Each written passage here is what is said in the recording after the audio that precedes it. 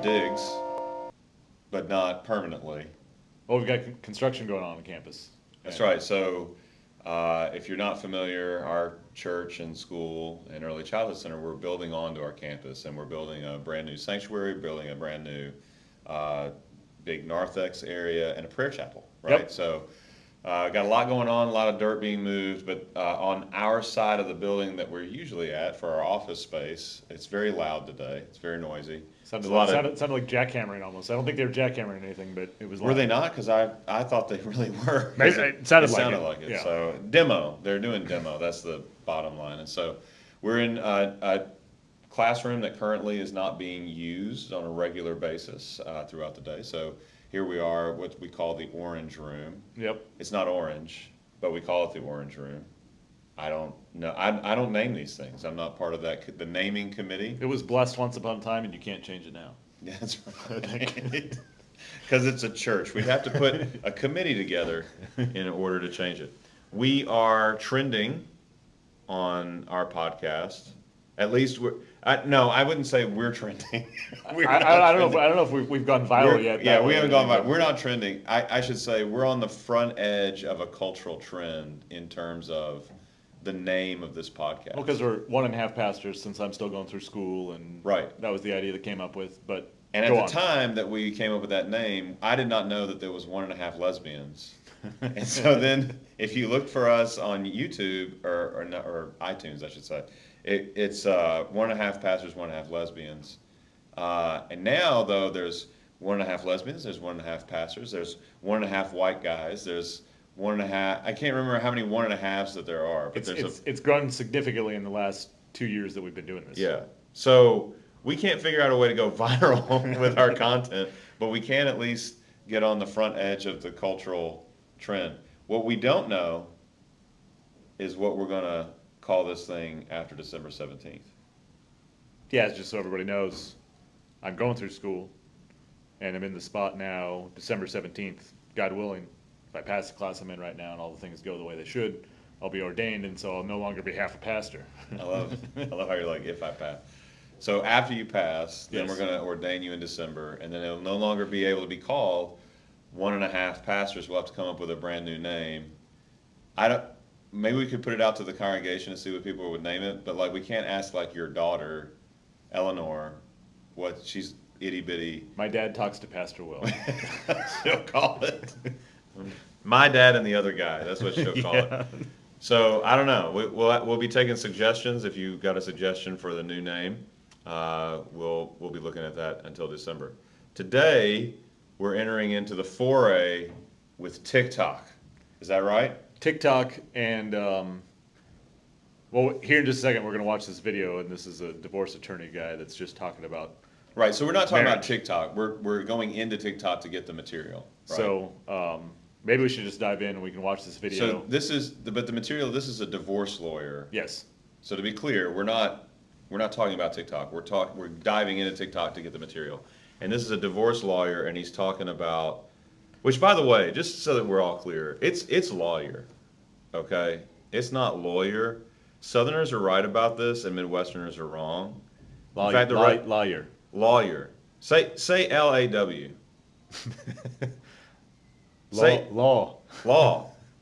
Now say L-A-W-Y-E-R. Lawyer. But it's not low.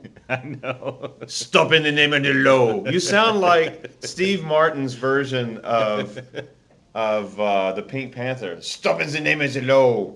It's not low and then lawyer like that. It's law, so it should be lawyer. I just want y'all to know that Southerners are correct in our pronunciation. But anyway, so he's a divorce lawyer. He's talking about marriage and divorce, and he's got some pretty, he doesn't hold back. He puts his personal opinion out there pretty strongly. So let's just go ahead and watch it, and then we'll talk about it a little bit. So, fundamentally, 56% of marriages end in divorce. Like, think about that's the ones that end in divorce. So, how many people? What percentage stay together for the kids, or because they don't want to give away half their shit? Another 10%? That's conservative. Conservative. But let's say 20% then, okay? That's at least right. You now have a technology that fails 76% of the time. That's insane. That's insane. That's more likely than not. 76%. If I told you there's a 76% chance when you walk out the door today you're going to get hit in the head with a bowling ball, you would not go out, or you'd wear a helmet for sure. But people just continue to get married. Not only do they continue to get married, there's a presumption that you should get married. And if you don't get married, there's something wrong with you. So if you've got a girlfriend and you've been with her for 5 years, and you say to someone, we're getting married, they go, oh, that's great. They don't go, why? You're happy. Why would you get married? Like, everything's going fine. Why would you put yourself through that? Why would you run that risk? If you say to someone, we've been together 5 years and we've decided we're not going to get married. We're going to move in together, but we're not going to get married. Ooh, what's wrong? You have intimacy issues? What's your problem? Meanwhile, 56% end in divorce. It's literally fits the legal definition of negligence. It's a negligent behavior. The way you define negligence in law school is when what you lose by not doing something, okay, is lower than the risk of harm. It's what's called a BPL analysis. So the burden of not doing a thing is lower than the likelihood, the probability of harm. So BPL, so burden, probability, and loss. Marriage is an inherently negligent activity. It's like owning a lion. Like the likelihood of someone getting hurt seriously by this is very, very high. No one ever says it to you. Because why? Because, I would say something, I've been doing this for over 20 years, and I still get misty-eyed at weddings. Like, I still really, there's something in me that goes like, maybe it'll work out for these two. Okay. So that's just part one. Yes. Let's try not to clunk the... Thank you. Just to point this out, if you ever listen to us with headphones on, we're really sorry, because we have a habit of clunking things onto the table. So that's just part one. He goes on for like 20 minutes, you told me, or something. So we're not going to listen to all of that. No. And if you're offended by his use of language, I think there was one curse word in there. But, we're going to let people be people, and we're going to let them say what they say, and then we're going to say what we say. So he's been a divorce attorney for 20 years, but I wanted to dive into this, and we watched this a couple weeks back when we talked about this. But yeah, his premise that marriage is inherently a negligent activity. I think it's a funny line. Yeah. Because he says it's like owning a lion. Like I think of, wasn't it Mike Tyson had tigers for a while? Mike Tyson had tigers and you, somebody else I'm thinking anyway, of. You hear about these people, and they had these exotic animals, and then it rips, they're on the news, and it's like, the tiger ripped their face off, and you're like, oh no, I didn't see that coming. And that's basically his point about marriage, is like when they're divorced, and then it's ugly, and then there's all this problem with it. Oh no, we didn't see that coming.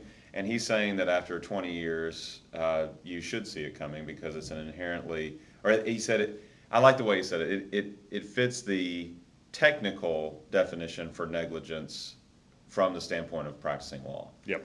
And it's a funny line, like it helps that post to go viral on TikTok.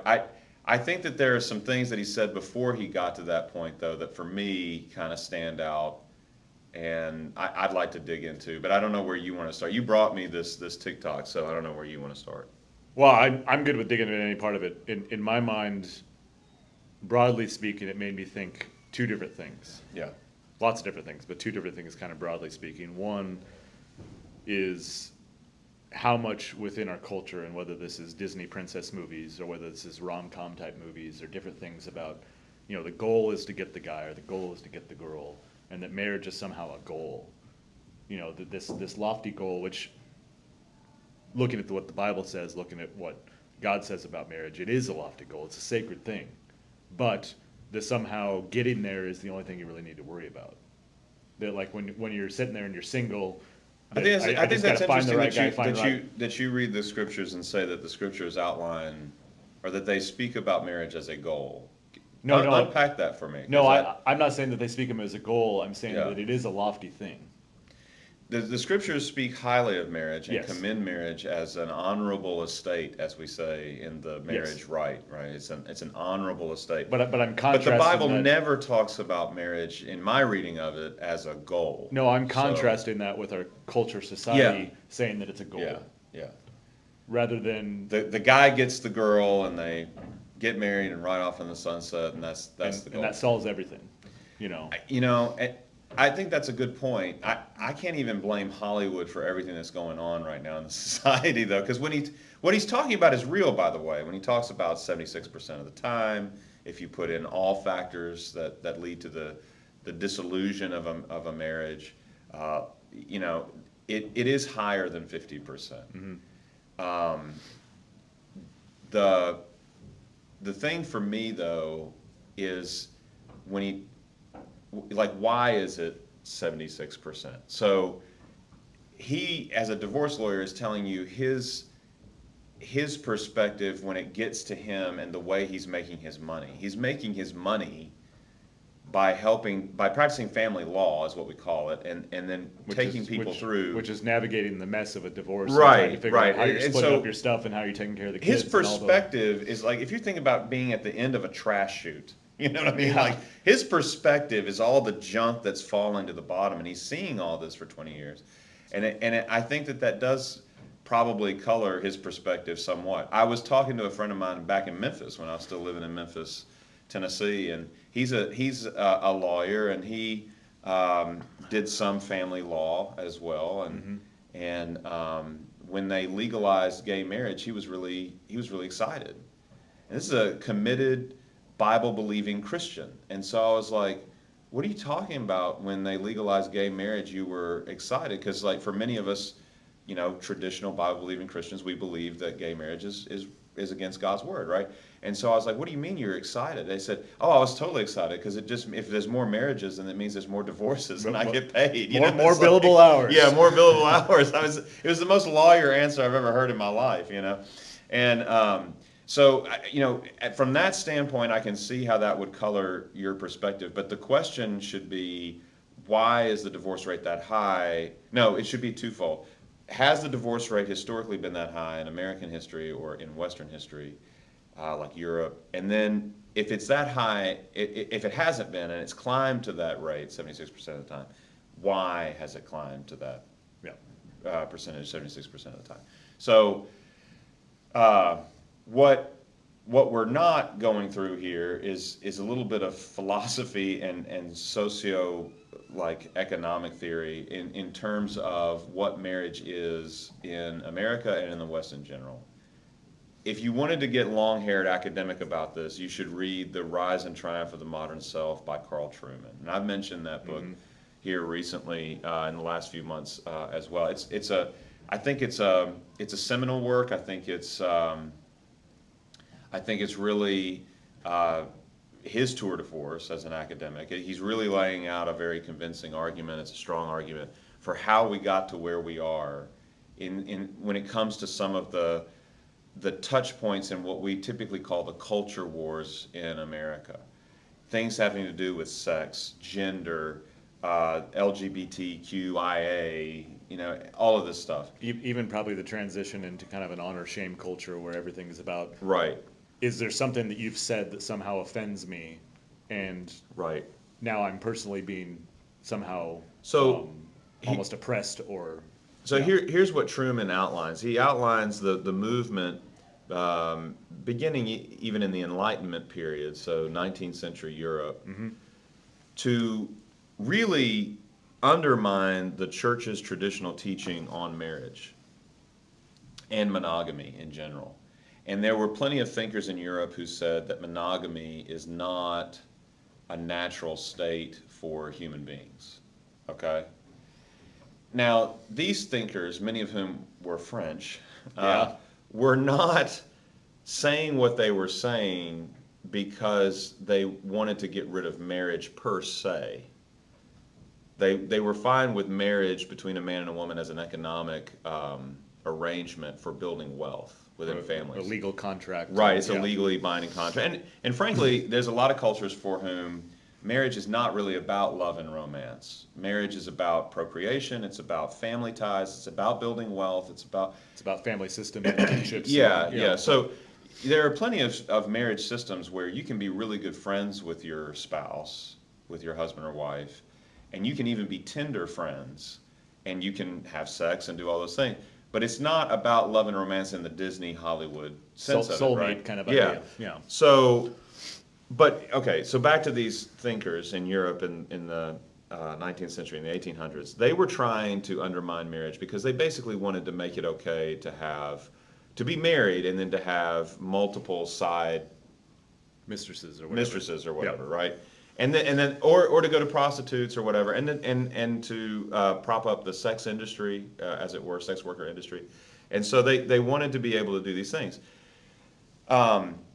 There is current research that suggests, from an evolutionary perspective, and as a Bible believing Christian, I don't believe in macroevolution, right? Yes.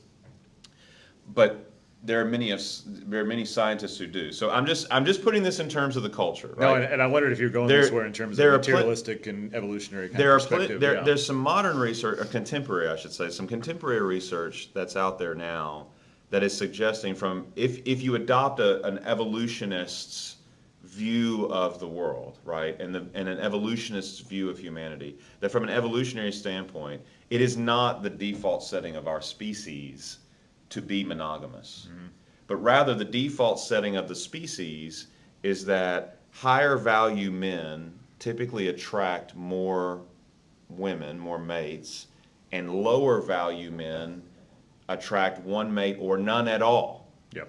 Okay?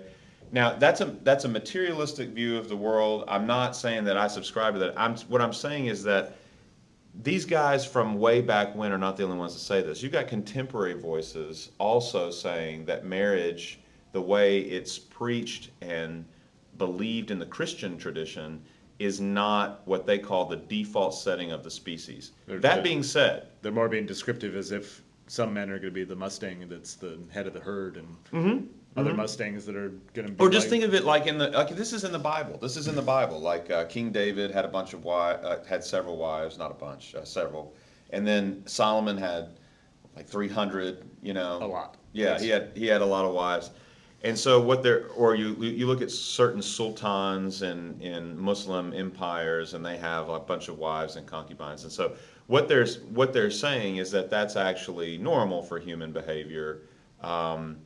That may be taking it to the extreme in an empire setting or Yeah. something, but it's normal. Here's where I want to go with this.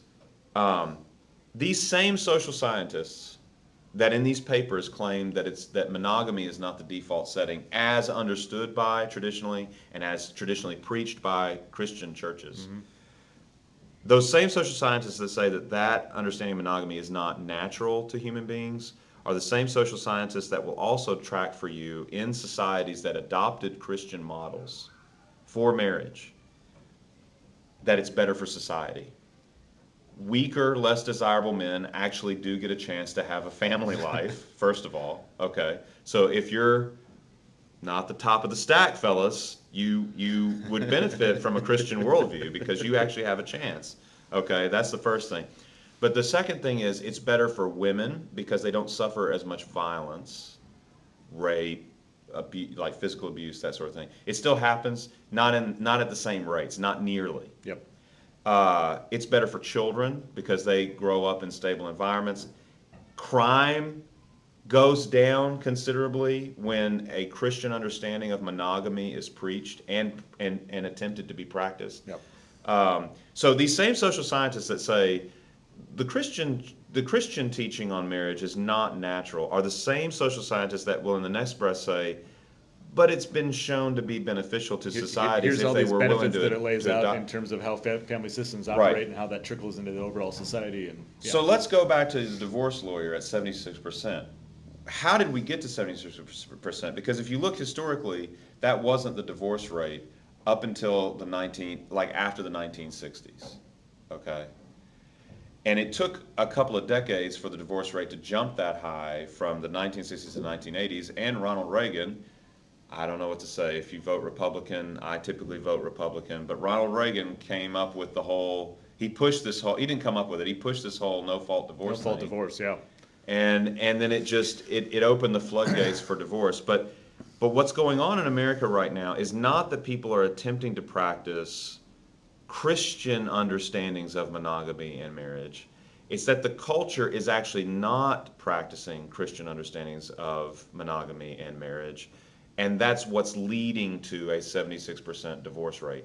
So there are two main things that I would point to with this guy. I would say to this fella, I don't even know his name, but I would say to this lawyer, I'd say, look, buddy, there's two things that are going on. Number one, the Christian population is now a slim minority for the first time in the history of the country. That's the first thing. Barna research has shown that it's 49%. Right, we're now whatever it is. 49% of the Yep. country, and the unbelievers could take us in a rush. Okay, that's the first thing. The second thing is that even when we had the numbers to be able to push a cultural hegemony, that's what he's talking about. Why do people still say, oh, after 5 years of living together, we're going to get married? And everybody goes, oh, that's so sweet. And he's like, why do people do that? The reason they do it is because it's a holdover from when America followed Judeo-Christian values. It's a holdover. People still grow up thinking that that's the ideal. And I would argue, from a scriptural standpoint, that in the beginning God made them male and female, gave Adam and Eve to each other, because he even said, you heard him say, there's something in me that gets misty at a wedding. Why do I get misty at a wedding? Maybe it'll be different for these two. Maybe it'd be different. You know why I would say to this guy? You know why you feel that way? It's because God put that in Because you. that's how it's supposed to be. Right, because that's how he created it from the beginning. That's what I would say to a lawyer like this. Now, he may poo-poo that. Yeah. Because he'd say, well, that's in your magic book from your religion or whatever, and he'd probably be a smart aleck about it. But you know, when you're looking at it from a Christian perspective, you say, well, that is the way God created it, which is why you get misty at a wedding, because there's something in you that tells you that there's something mysterious going on here. I would go to Paul's teachings and say, there's something mysterious going on here because we see a picture of Christ and his bride, the church. There is something going on here. That's why you get misty. And there is something going on here in terms of sociology. We're still living with the effects of the Christian era, which doesn't exist anymore. It's at an end, okay? Mm-hmm. But there's still something in people there's a cultural holdover that when somebody says, well, we're going to get married, you go, oh, isn't that wonderful? And you encourage them that way. But what we know from research into sex and marriage is that if you live together before you're married, your chances of divorce jump from the 50% to the 70th percentile. So that's 76%. So what he's saying is actually, from his perspective, at the end of the garbage chute, right? Practicing family law and handling all these divorces. The train wreck is already happening. Yeah, the train wreck's already happening, and he's seeing this all. But what he's basically amening is what we know from really serious Christian agencies that have been looking into sex and marriage in America, and what they found is if you live together before you're married, your chances of divorce jump from 50% to the 70th percentile. So there's your 76%. And statistically, that's almost like it's doubled. Right, and so what's going on is that people are not living by Judeo-Christian values on the front end. So you didn't used to live together and cohabit before you were... You got to figure out whether you should get married by living together or something. Right, and actually it was supposed to be no sex until you're married. Yep. There were plenty of people who frankly didn't follow that. There was premarital sex going on, but they weren't cohabiting. The issue doesn't seem to be in terms of divorce rate, not God's law, people, but in terms of the divorce rate, it doesn't seem to be linked to premarital sex as much as it's linked to cohabiting. Yep. But the premarital sex thing is a different issue morally. But if you want to just talk divorce, it's linked to cohabiting. People are living together regularly, and monogamy to these Americans doesn't mean one person for life. It means one person at a time. Well, and that's kind of part of where my mind's at a little bit too, even going back to what I said earlier about whether it's Disney movies or rom-coms and different kinds of things, that marriage is somehow this goal. And once you find this person that makes you really happy, you know, this person that you feel really content with, or whatever the right words are. But there's a second component of this to me too, even as I try to wrap my mind around, you know, what are the things in terms of all the different things that are pushing back against the holdover of Judeo-Christian understanding of marriage. Okay. And so that holdover's there, so yes, we should get married. Yeah. Yes, it's a goal, maybe. Not as a holdover of Judeo-Christian values, but because of what's getting told to you about you got to find your soulmate, you got to find somebody that makes you happy. But it's so much about yourself. It's so much about, you know, which I don't know how much that fits into the triumph of the modern self, but the idea that's exactly it. The idea that almost like you're worshiping yourself, and what makes me happy is what's important and what's valuable in society. That's right. And so I'm finding that person, that goal that I think I should get married to. But then once I get married, the expectation that that happiness somehow has to maintain itself in this almost puppy dog kind of love way. Well, You know, yeah. and that an understanding of what love is in terms of living once you're married, rather than being sacrificial, talking about Paul's teaching in Ephesians, where you're willing to sacrifice for each other. Well, and those look, kinds of things, sacrificial though doesn't have to mean that you're miserable. no, it doesn't. Like Christians aren't walking around like I'm miserable being married. Let's talk about happiness in marriage. You can be happy in marriage, and if you're not happy in marriage, you can go to your spouse and y'all can sit down and say, we need to rewrite the contract. Not rewrite it in terms of whether we stay married or get divorced, but rewrite it in how are we living together? How are we making this thing What work? are the things that we can do together that I can do this for you and I'm willing to do it for you because it would make you happy, and what are the things you're willing to do for me, and figure out where that balance is. And If it's not working, then you sit down and you say, this isn't working the way we're doing this. Yeah. Let's come up with a different way that we're going to go at marriage together. But marriage isn't a goal, like you're saying. It's an estate as the right, the religious right, when you're walking through a marriage service with people. The religious right clearly states it's an honorable estate. Now, what does that mean? That means that you're trying to follow Christ, however you're following him, as a disciple. And this happens to be the estate in which you find yourself. If you're single, you're trying to follow Christ in a single estate. If you are married, you're trying to follow Christ in a married estate. That's why I don't agree with the Catholics who say that it's a sacrament. A sacrament is something that imparts forgiveness and grace. And ain't nothing about marriage that imparts just intrinsically forgiveness and salvation. hopefully there's some forgiveness in your marriage, but yes. No, there should be some forgiveness in your marriage if you want it to last. But there's plenty of things that happen in marriage that actually are pretty damnable. You know what I mean? And so it's like, no, it's just the estate in which you're living. It is commended by God, but it has its own ups and downs, trials, and real challenges. And when we say that, we don't mean like, oh, ups and downs. We mean this is hard because life is hard. Yep. Living as a single person is hard.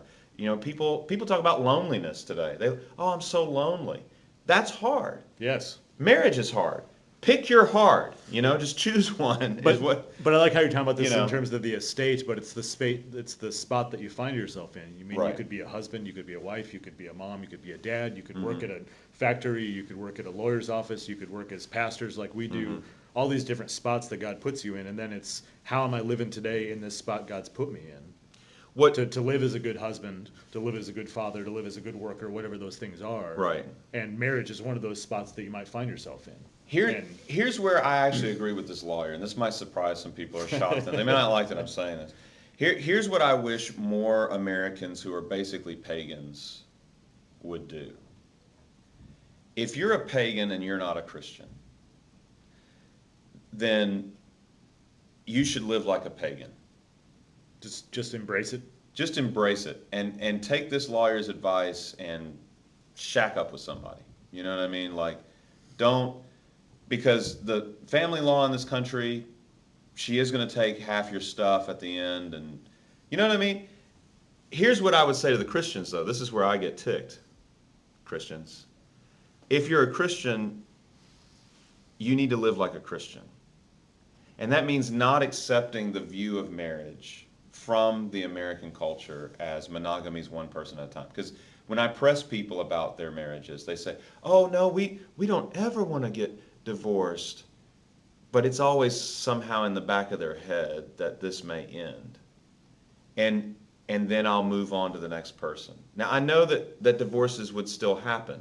And it's an unfortunate thing when it happens. If you've suffered a divorce, I'm not unsympathetic to that. What I'm saying is that we have lost, as a Christian community, a real sense of, this is it. You're married. Figure it out. I think it's a really good point. And even to what you just said, though, I mean, sometimes divorces almost even need to happen. I mean, even Moses. Well, if there's abuse or, And so there's circumstances where right. it's a broken, sinful world. But sometimes divorces need to happen. But what you just said makes what I see is a church, though, that's preaching something different than that. Yes.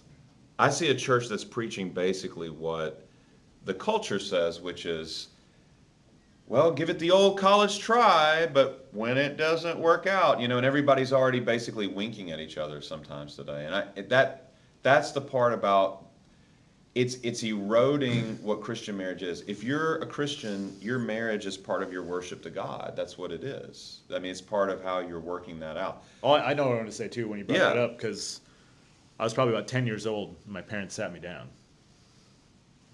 and they sat. So what do you mean sat you down? Like they were going to get a divorce? No, Oh, I'm gonna okay. tell a story, but yes. Okay, tell a story. They sat me down. I was like, where's this going? They sat me down to explain. Because his parents didn't get a divorce, just so you know. No. Yeah. They sat me down to explain. We just want you to let you know that as your parents, we made a commitment a long time ago that we don't talk about divorce. It's not an option for us. Right, it's not. Yeah. So it's if not you a ever word. hear us disagreeing, if you ever hear us fight, if you Yeah. ever have problems, know that that's not something that's on the table for us. Right. And just the assurance of that for me as a kid, and it's something that Sometimes you even, might hear us argue. Yeah. And it You- might you- get pretty intense. But it's because. But but, why? but it was the perspective of that's not an option on the table. But so- how are they entering into that argument? Is it intense because we have to, like, it's imperative that we work this out because we can't say the D word? Yep. Or is it intense because I'm basically racking up a list of grievances against you so that I can justify my own behavior when I leave you? Yep. There's a different way that you fight if And- you're not even going to say the And D then there's word. a completely different mindset. And Right. even, for my wife and I, we've had this conversation this way of, Yeah. yes, we're going to argue sometimes. Yes, there's going to be moments we don't agree. Yes, there's going to be times we have to figure things out. But let's leave the idea of divorce way over here because it's not helpful in terms of figuring any of that out. And I like that from the standpoint of society and that divorce is somehow the default if it doesn't work, rather than just not even having it on And the to be table. clear, even though this culture is not Christian, marriage could still work if we were Hindu or something else. Mm-hmm. What's killing marriage in this country is that we're a bunch of pagans. We're, as Americans, not as Christians, but as Americans. And so what's killing marriage in this country, and when I say maybe you should think about following that lawyer's advice if you're not a Christian, it's because you're going to enter into a relationship with another American person probably who doesn't share the value of what marriage is to begin with. You've got a culture that can't even agree on the definition of marriage. Mm-hmm. And so if that's the culture you're coming from, your chances that this is going to fail are pretty high because you're living in a culture that doesn't seem to even understand fundamentally what marriage is. If you convert and follow Christ, if you submit to baptism, what you need to understand is that marriage is an honorable estate in the Christian religion. And it's meant to be for life until somebody dies, and you can't be the one that killed them, right? Yeah. Like that's what it's supposed to be. And so you got to find a way to work it out. Even and if there's moments where maybe you want to kill them. yeah, right. We will have to talk tomorrow, right? You know what I mean? And so, but to practice your religion within your marriage is part of the Christian life. It's part of the Jewish life. It's all the Abrahamic religions. It's part of the Muslim life, and there are always going to be those situations where something went horribly, horribly wrong, and no one can or should pass judgment other than God himself. I can't pass judgment on you. If you're going through a divorce, I would help you. You know what I mean? Like Our God is a God of mercy and forgiveness. I've walked with families through divorce. It's Yeah. an ugly thing, and we try to make it the least ugly possible. Yep. You know what I mean? And I've walked with them through it, and there's no judgment there. I'm not going to judge you. But what I'm saying is that as a Christian community, we got to get back to this idea that marriage is a thing, and once it's done, it's done. You're married. And it's done, to use the Pauline language, Paul's language from Ephesians again. It's that relationship of Christ and the church, of understanding it like that. That's done. Right.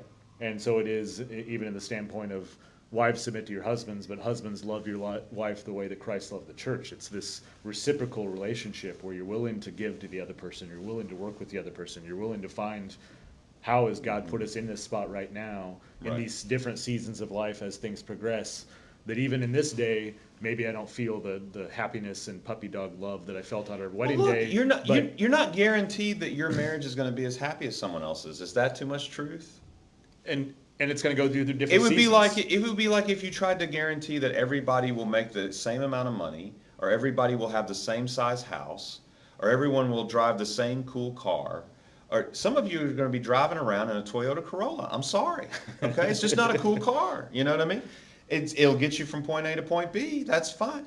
And what I'm saying is that marriage is one of those things. It's like this is what it looks like when you and this other person are the chemistry in this particular case.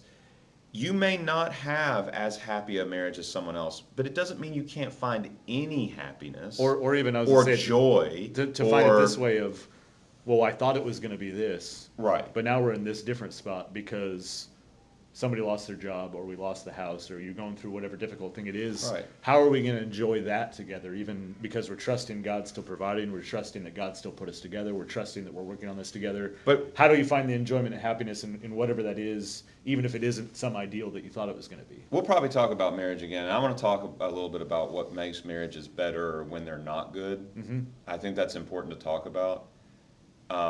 I think it's kind of a default for pastors like us to talk about just don't get divorced because we're watching the pagans Yeah. and they're all shacking up with each other and then they're marrying and getting like they've been married like 5 times. You know what I mean? It's You're like, yeah, this is negligent. right. This fits. I agree with the lawyer. This fits the definition of negligent behavior. So we really need to talk again about.